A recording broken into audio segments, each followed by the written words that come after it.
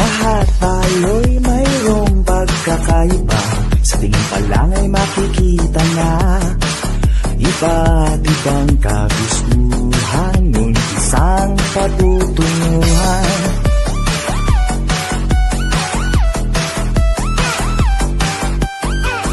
Tatay at pagmamahal ang hanap mo, magbibigay ng halaga sa'yo. Nais mong ipakilala kung sino ka mang talaga.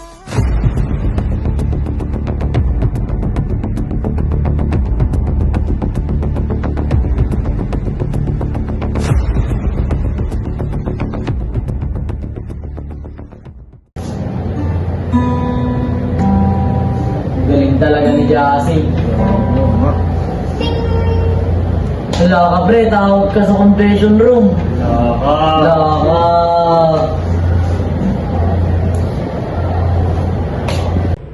Kamusta ka naman, Jassy? Mabuti naman po, sister. Kamusta naman ang pag-aaral mo? Ayun po, nakakasabay pa rin naman po. Kung talagang nag-aaral ka ng mabuti, ano ang kahulugan ng ICT? Para po sa akin, information and communication technology, isang teknolohiya na bibigay daan para mabilis na makasagap na impormasyon at mabilis na makipag-komunikasyon sa inyo. Mahusay. Ano naman ang naitutulong sa iyo ng ICT? Para po sa akin, katulong po ito para mapadali po ang mga gawa ng mga gawain ko, lalo na po sa pag-aaral.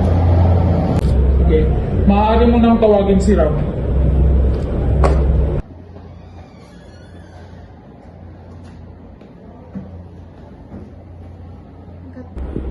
Kamusta ka naman, Ram? Ayos lang po, sister. Kaya ang pag-aaral. Ayos din po, sister. Kung talagang nag-aaral ka, sino ang nakadiskubre ng ICT? Si Dennis Stevenson noong 1997, sister. Paano naman ito nakakatulong sa araw-araw mong pamumuhay? Nakakatulong po ito dahil mas napapaayos ang pagkomunika ko sa ibang tao. Mahusay, nag-aaral. Okay. Pakitawag na si Nathan.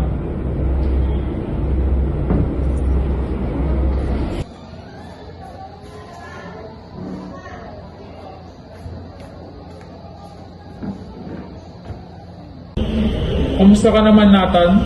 Okay lang po, my sister. Kamusta naman ang pag-aaral mo? Maayos lang po. Kung talagang nag-aaral ka, paano nakakatulong ang ICT sa sports?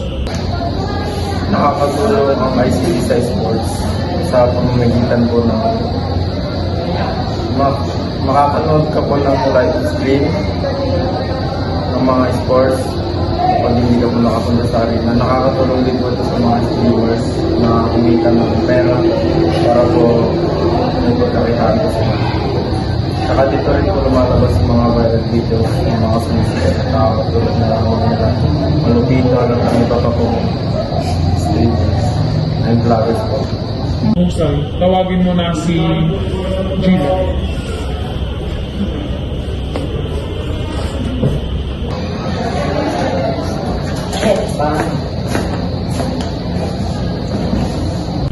Kumusta ka naman, Gilan? Parang stress na stress ka. Okay lang naman din, sister. Katulad ng tinanong ko sa kanila, kamusta ang pag-aaral? Okay lang naman. Natanong ko na sila kung paano nakakatulong ang ICT sa sports at sa araw-araw na pamumuhay. Ikaw, paano nakakatulong ang ICT sa araw-araw ng mga magsasaka patungkol sa agrikultura? Nakakatulong po ito para matulungan ang mga farmers sa ating lugar at para makapagbenta sila ng maayos. Mahusay, mag-aaral ka pa ng mabuti ha. Katawag si Dumagi.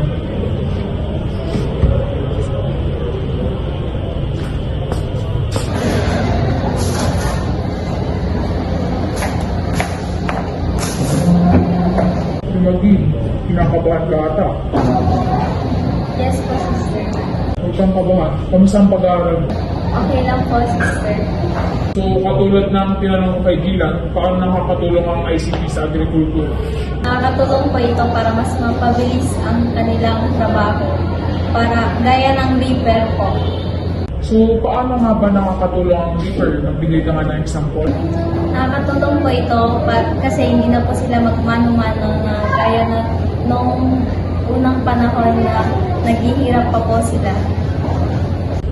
Yun lamang. Iwasan ang pag-cellphone na tawagin mo na si Ate.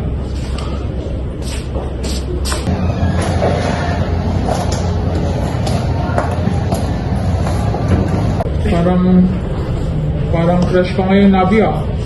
Kung saan pag-aaral? Maaari ba akong magtanong? Bilang estudyante, paano sa'yo nakakatulong ang ICT? As a student,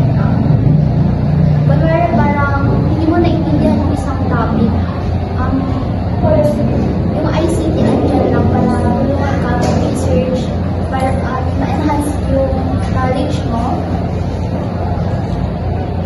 Yung knowledge na hindi mo naiintindihan sa natinuturo sa'yo sa school.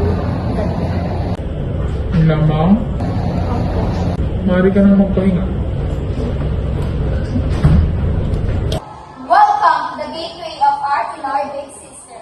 I am Ashley Navarro, your big sister. And I am Sarah Aquino.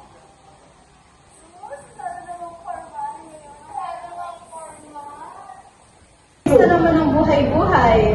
Secret, ikaw, kumusta? Ayos lang naman. Ayos. Hindi na sa akin. Talaga namang napakahusay ng ating mga housemate. Kung ikaw tatanungin, ano nga ba para sa ang ICT? Para sa akin, ang ICT ay isang teknolohiya ang ginagamit natin sa ating pang-araw-araw na pamumuhay. Eh ikaw, ano ang kahalagahan nito? Kaya nang sinabi ni housemate Princess Tubagin na mahalaga daw yung flipper, lalo na sa moderno panahon ngayon. Mas napapadali nga talaga yung mga gawain ng mga farmer natin dito sa Pilipinas. So, mukhang wala na ata tayo sabihin. Gutom na din kasi ako eh. Gutom na rin ako eh. You know, may pagkain doon. Mukhang masarap eh. Tara na lang. Ay, wait! Tignan natin yung mga interview natin. Bye-bye! Ang interview naman natin ngayon ay si... Anong pangalan mo, kuya? Simon. Magkaya na kuya, magkaya ka. Hi. From grade 12, same phenomenal. So, ano naman yung ICT para sa'yo, kuya? Kasi about sa cellphone, about sa Facebook, Twitter, tapos about naman sa internet, laptop. Paano naman nakakatulong to sa pang-araw-araw mong pamumuhay kaya na lang na student ka dito sa Kasi para matutulong sa estudyante, for example, kung matutulong ba sa pag-aaral pa sa ICT. Next, tapos for example, kung nagagamit ng cellphone para sa website. Number 2, laptop. Ang laptop ay paggagamit sa type ng laptop kapag may assignment, kapag may activity sa teacher. Next, number 3, ang internet. Magkakaroon ng internet sa school para gagamitin sa mga teachers. So, lahat ng binanggit ni kuya is tama. So, ang ating next na interviewin ay si Avery. para sa'yo, anong ICT? ICT is all about technology and nakakatulong ito sa ating pag-aaral sa pamamagitan ng paggamit natin ng computer. Yun lang po. Thank you po! First question. What's your name? Hi, my name is Nina Cristina Tosa Duran. Age? I'm 16 years old. Ito na, final question. Joke. Unang seryosong tanong. Anong ICT para sa'yo? Tagalog. Ang ICT Guide. para sa akin is yung study of branches of technology. Tulad ng mga gadgets, yung mga softwares, hardwares, ganun. And it is used for our studies at sa buhay namin. Last question. Ano ang naitutulong ng ICT para sa iyo?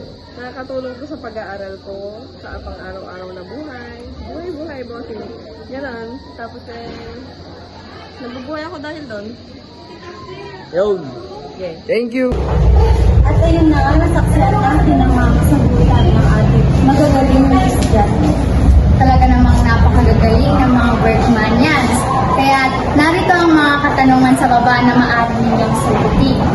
Kaya, Hanggang sa muli, I am Crisela Aquino. I am Ashley Navarro, signing off. At tayo'y mayroong pagkakaiba. Sa tingin pa lang ay makikita na iba't ibang kagustuhan, ngunit isang patutunguhan.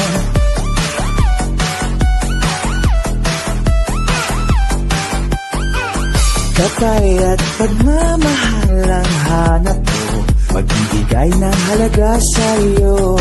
Nais mong ipakilala kung sino ka mang talaga.